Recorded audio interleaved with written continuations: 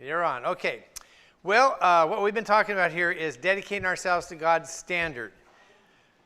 This is on page 53. We're actually on page 54. I'm just going to do a real quick review. Dedicating ourselves to God's standard. A is being conformed to the world. Means being poured into the world's way of thinking and conducting business and doing things.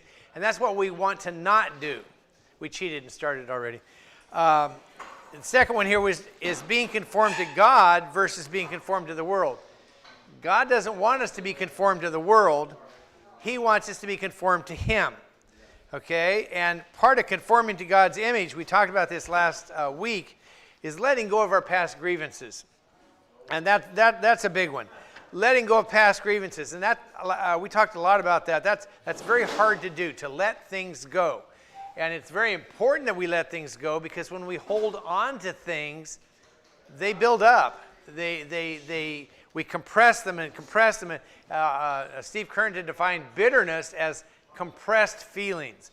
When something happens and we hold on to it and we won't let it go, and we push it down and we push it down and we push it down, and it gets compressed like a spring or a pressure cooker, and it builds up, and at some point in time, it just kind of explodes on its own. And bitterness is very dangerous. Bitterness is dangerous to us. It's dangerous to the people around us, because it's going to affect us in a negative way, and it's going to go out and affect everybody else. And we've got to let bitterness go. We cannot hold on to bitterness. When we get hurt, the reaction to hurt is anger. And if the anger is never resolved, it turns inward and it causes bitterness. And we've got to let that go, because that is the only person that hurts is us, especially to start with. When I'm angry with somebody else, I do things, but it usually does things to hurt me. So we've just got to let that stuff go. So the key to letting go of past hurts is in Ephesians 4:32. And a couple of years ago, I did a Wednesday night service. I don't know if you remember that, when they had all the big pipes, the big PVC pipes up there in the choir loft, and we used them to illustrate stuff with. And that's this verse right here, Ephesians 4:32. And be kind one to another, tenderhearted, forgiving one another, even as God for Christ's sake has forgiven you. And be kind one to another. That's an outward expression of feelings. Tenderhearted, that's an inward expression of feelings. Forgiving one another, that's an upward expression of feelings. That's what we need to do. That's how we let things go. The solution is first to be kind, and then to be tenderhearted, and then to be forgiving. And the reason this is hard for us, one of the reasons is our nature does not want to be, it wants to have. That's just our nature. We don't want to be kind, we want to have kindness towards us. And we don't want to be tenderhearted, we want we want to receive tenderheartedness from somebody else. We don't want to forgive, we want to be forgiven. We want people to forgive us. We don't want to give, we want to get. And that's what this is saying. It's saying be kind. And here's the thing. It doesn't say if you feel like it. God is very good at that. He doesn't, it's kind of rude. Actually, He doesn't say, well, what do you feel like doing? How would you like to handle this? He doesn't. He says, no, this is what you do. It's not that He's not interested. He just knows that our solution is not a good solution. Right. The things that we want are just not good things. If they were good things, He'd be all over that.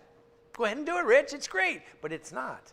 So He says, be kind, even if you don't feel like it. Just be kind. Be nice. It's not that hard, but at the same time, it is hard. It takes this thing called think before you talk. It just is. I mean, because our first reaction is boom. And we need to stop and think. Now, is that going to help? Is that going to further the situation in a good way? Or is that just what makes me feel good to say? And most of the time, it feels really good to say it, but it doesn't help anything. So it's just be kind. Say kind things purposefully. In the movie, it's the great theological classic Bambi. When there's a lot of great theological things in there, but probably one of them, this is really good. It's Little Rabbit Thumper. Remember, he's talking to the other little guys, the skunk, Flower, and all the other guys, and he says and he says something, and Mom says, "Now what do I tell you?" And he says, "If you can't say anything nice, don't say anything at all." Hello? If you can't say anything nice, maybe it's best not to say anything at all. I can remember I was at somebody's house, and then the kids there's a couple of kids there about the same age, younger kids, and we're sitting around the dinner table, and they're talking, and one of the children starts to say something about another child, and Dad says, "Wait, is this a good thing?" And the child's like, "Anybody else have anything else to say?" And they had trained their children.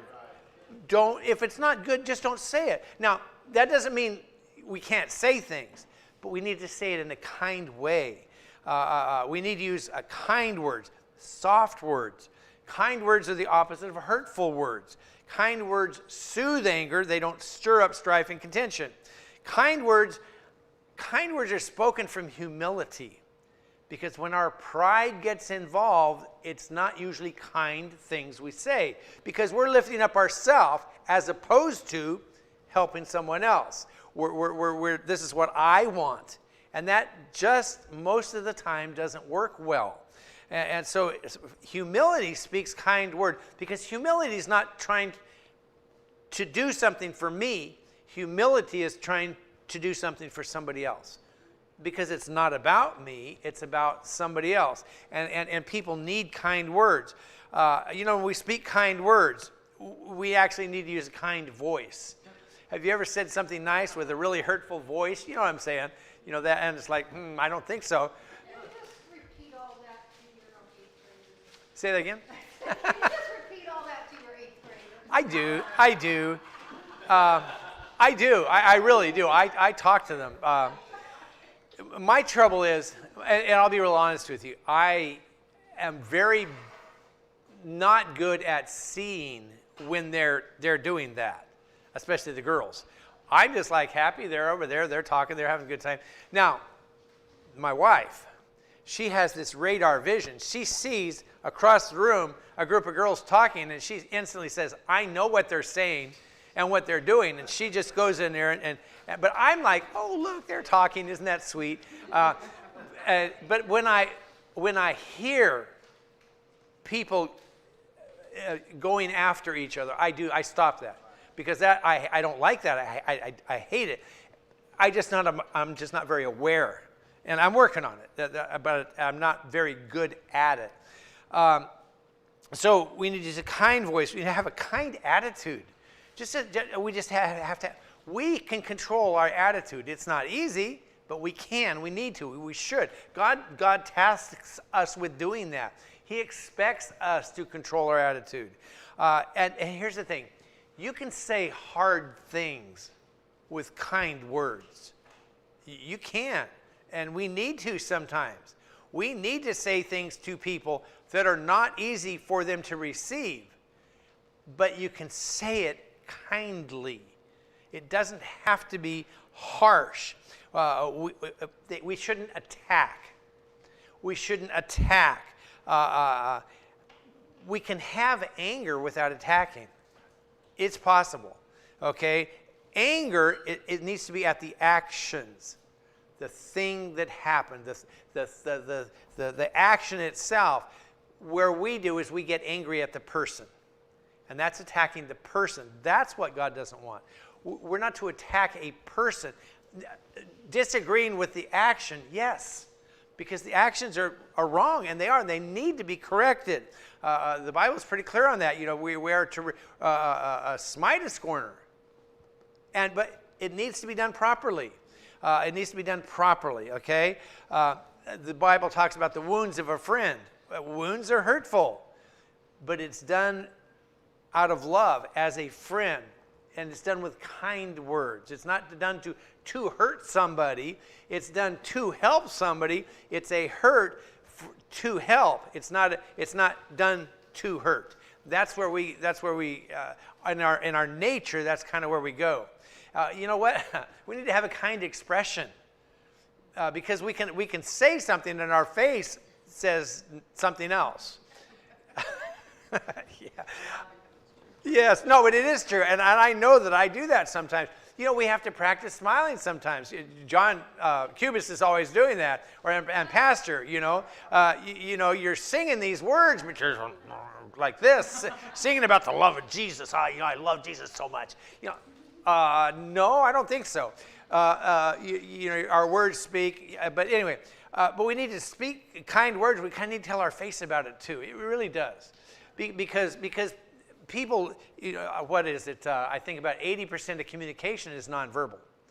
Words are important. I'm not to say words are not, words are very important. You can't unspeak a word. Last night we were watching something, whatever that was, she says, Dad, that's a toothpaste word. You can't put it back in the tube. You can't put it back in there. I'd never heard that before. That's kind of good. It was on the, whatever it was, yeah, I'd never heard it put that way before. Yes, I didn't say what evil show we were watching, with Last Man Standing, but I just thought that's really good because we need to be careful. We can't put them back. I was thinking about this too. I'm not sure how this is connected, but it works because I'm going to say it. I'm just thinking here when I like I'll use you, Rich. Okay, so I do something to hurt Richard. I mean, really something that really wounds him inside, purposefully or not. But I hurt him. He's my friend. But I do something stupid, say something, and it hurts him. Now, I can't take that back. And here's the thing. I can go to him and I can apologize sincerely. And our thought is, I apologize sincerely, that should fix it. And I do need to apologize. I need to humble myself and just not put any reasons. I'm so sorry I did that. But here's the thing. That didn't fix it. I cannot fix it. The only cure for that, two things. The true cure is going to come from him if he wants to. He needs to forgive. He needs to say, I refuse to let that have that effect on me anymore. But at the same time, I have a responsibility too. If I am truly sorry, the only way I can possibly get that across is through time. And just to show myself sorry. Not to keep saying, I'm sorry, I'm sorry, I'm sorry. You said it. Okay, it's done. You don't say it anymore. You can't do anything, but you can show. Over time, you can purpose to show yourself sorry, to try to change my behavior that shows that I am sorry. If I'm truly sorry, and I'm going to change my behavior to not do that again. And it's up to them. If he chooses not to accept that, I can't do anything about that. Like I said about the responsibility thing earlier, I walked into that. Now I have to own it. It's mine. And I need to just 100% own it. If he chooses never to forgive me, it's my fault. I can't get angry with him because of that. And whatever he does is up to him. But I still owe it to me and owe it to him to change my behavior, nonetheless. Just because I say I'm sorry doesn't mean he has to say, oh, it's okay, let's kiss and make up. We probably won't kiss because, it's not good. Okay? Because we're both married and not to each other. So we need to understand that. I'm sorry is great. But it's, the thing about kind words is they can't be false kind words either.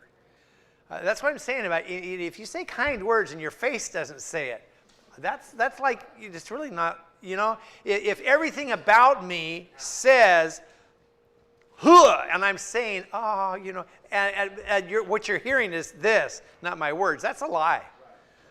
So we've got to be careful. It has to be real. We have to school ourselves, purpose ourselves, work on kindness. I mean, even think about it. They did this thing for a long time, the pay it forward thing. Random acts of kindness. I love that.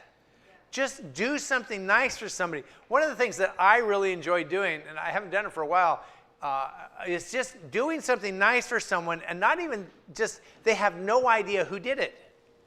It's not like, hey, did you see what I did for you? Okay, it's just do something for someone, an act of kindness without any credit, and just because that's like a gift from God almost, and that's what God wants us to do. It's not about he understands that I'm being kind. It's just that person, somebody was kind, and kindness grows, kindness spreads. We need to do that. Now, after we get this outward expression of kindness, we need to work on the inward expression of tenderheartedness. The tenderheartedness. And I was talking to my wife about that. Tenderheartedness. Tenderheartedness, it's a really big word. It means a lot of things. For one, it means I need to have a heart that is tender, a heart that is soft, a heart that is able to feel what somebody else is feeling, a heart that is approachable as opposed to a hard heart. That's like a tender heart is a heart that can receive, that is willing to listen. One of the greatest conversational skills out there is listening. People will talk to someone who listens. And listening to someone is an art. No, I mean, it takes, there's ways to listen. And I'm not good at this, but here's the thing. Dustin and I are having a conversation, and he's talking to me, and I'm doing this. He's talking to me, and I'm listening, but I don't look like, because I'm not giving him my attention. And there's things we need to do. See, this tender-heartedness, if I am a tender-hearted person, when somebody is talking to me, my heart is soft, my heart is tender. I want to receive. It's going to be obvious that I want to receive. Being tender-hearted, obviously it's not attacking or any other thing, but the second part of that is understanding that person over there also has a tender heart. And a tender heart is easily hurt. A tender heart it's soft, it's delicate. We need to be careful of their heart too. And when we say our words, we need to understand that this thing about being tender-hearted is not to hurt their heart. It kind of goes both ways. Just this tender-heartedness is compassion. Being able to feel with others, empathy also.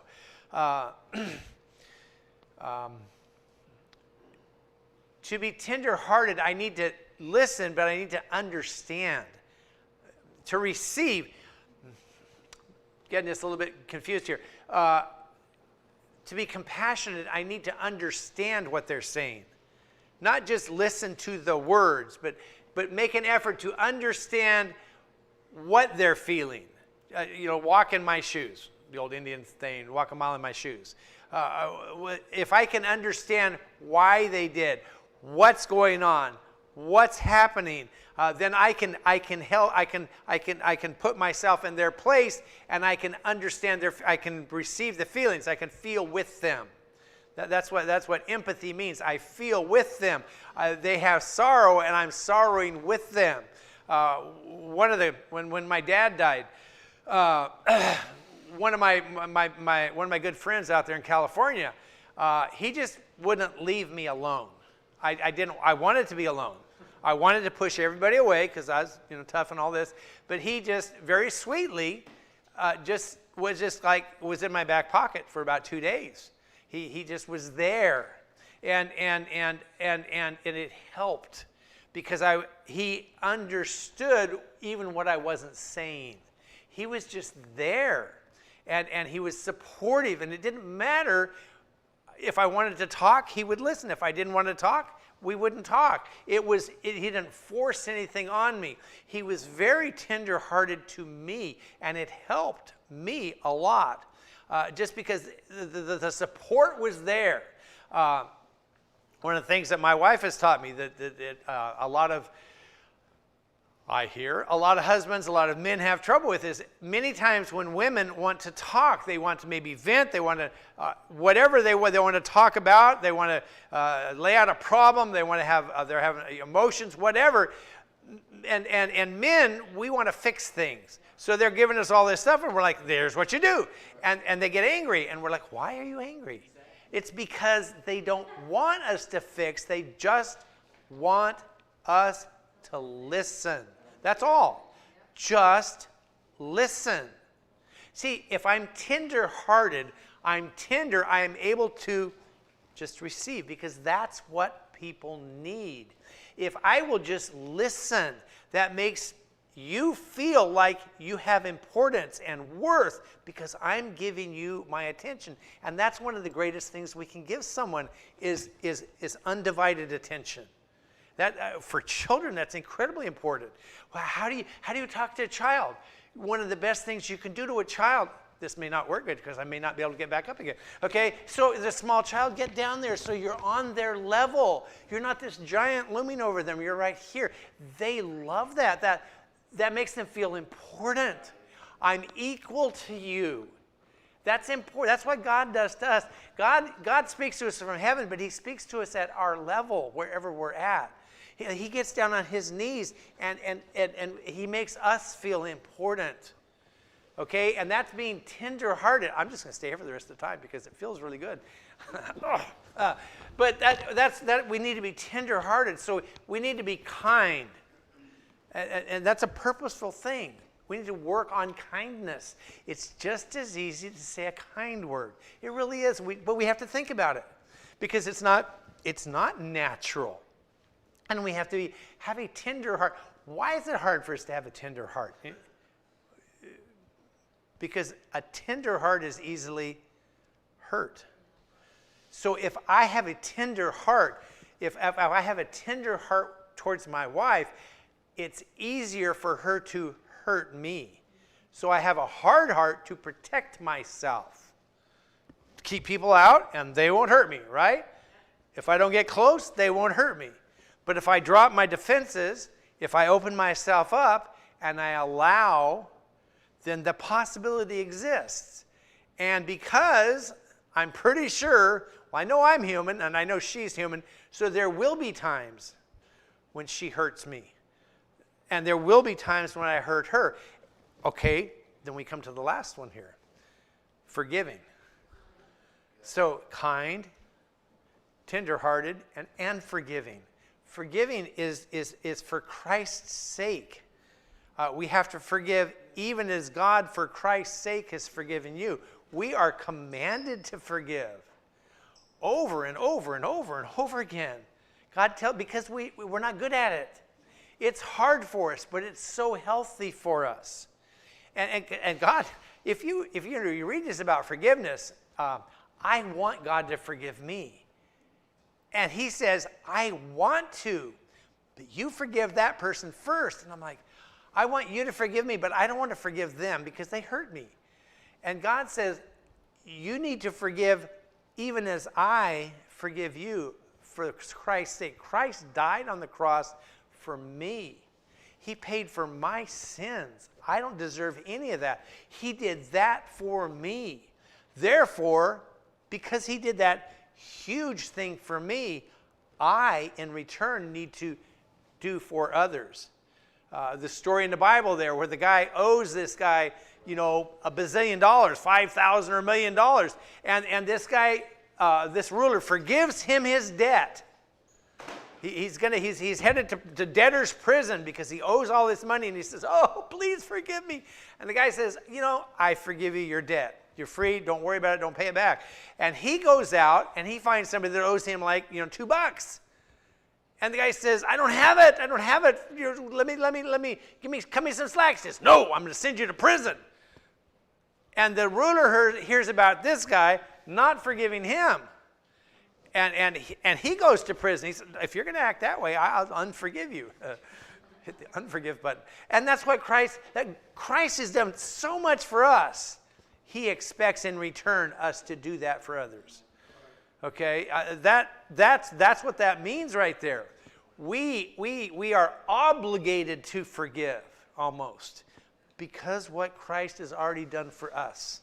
The least we can do is do that to others. And as we forgive, and again, forgiveness doesn't make it right, doesn't say what you did is okay. It's none of that stuff. It says, I am not going to be angry with you. I am not going to hold this against you. I am taking and nullifying. Doesn't mean what you did is right. But I am not going to let that get between our relationship, maybe, because in a friendship, in a close relationship, if I don't forgive my wife, we just lost some relationship, a lot. And if I'm not willing to forgive, our relationship can't grow. And if she's not willing to forgive me, we have to, for the sake of a relationship to grow, among other things. And if I don't forgive, then I'm holding on to all those feelings. My forgiving gets rid of those feelings from me. Forgiveness is for me. Forgiveness is not for them. It's for me. It's healthy for me. And it's right and proper to do. So we need to do that. So we need to be kind. We need to use kind words. We need to be tender-hearted. And we need to be forgiving. It's a process. We have to do that. And we mess up. And we don't do it right. And then we need to step back. And, okay. All right. Here I am. I'm sorry. I truly am sorry. And I'm going to say it, but I'm going to change my behavior. I'm going to change the way I do things. I'm going to work at it. And I am going to forgive. I'm not just going to bury the hatchet. Okay, I'm going to sell the hatchet. It's gone. There is no more hatchet. To the best of my ability. Okay? Shirley, think about this. Or whatever lady you want. I'm sorry. Just think about this for a minute. If God can love us enough to give his own son to pay our sin penalty, if God can love us enough to give us freedom from the power of sin, he did that. If God can live us enough to give us eternal life in heaven, he's done all that for us. Then we can let go of past hurts and grievances, be kind one to another, be tender-hearted, and forgive one another. When we talked about the start of this chapter, we talked about our reasonable service, like presenting our bodies a living sacrifice and dying, and that is just our reasonable service. That means because of what God has done for me, it's only reasonable that I would do that for him. Because mine is so small and his was so big. It's reasonable for me to do it. Same thing here. He's done so much for me, and I don't deserve any of it. It's only reasonable that I do that to others. And God has a right to expect that. Just the stuff in our life, the hurts, the underlying things that drive us to drink, that we want because we want to forget things, or we don't want to feel things, drugs, sex, whatever. It's because we want to get away from the stuff in our head. If we could just learn to forgive, to be tenderhearted and kind, God would heal this stuff. This is important. It's when we internalize those things and hold on to them. Then it comes out as things that we don't even understand that kind of drive us to. I don't want to remember that, so I'm going to cover it up. God doesn't want us to cover it up. He wants us to remember. He wants us to go down there, take that thing out, open it up, show it to God, forgive. That means get rid of those feelings that we're holding in there. And that forgiveness is what heals us. And God will help with that process. But we've got to start. We've got to do. He will not do it for us. He says, I will help you. You start, I'll help you. You start, I'll give you the strength. You take the step, I'll give you the direction. You just try, do something, do your best to do what I ask you to do, and I will help you do it. I don't understand how. That's okay. You just start, I'll help you. But you have to start. And you have to continue to do what is hard to do. And yes, it's hard. And on your own you can't. But if you'll give it to him, it is incredibly hard. But he will always give us the strength. God will never give us anything that we cannot do if we will let him help us. He doesn't tell us to do it on our own now. Come on. And a lot of us spend a lot of time trying to fix things because we know how. But we don't. And our pride says, I've got this. But we don't. We have to get rid of that pride and just say, God, I need your help. I have to have it. And he's right there. That's when he is strong. When we are just gone. When we have nothing. He is, the less we are able, the more he can. But the more we're able, the less he can. So don't get angry with God because he hasn't helped you. It's us, it's not him. I'll stop right there. Okay, Quinn, good?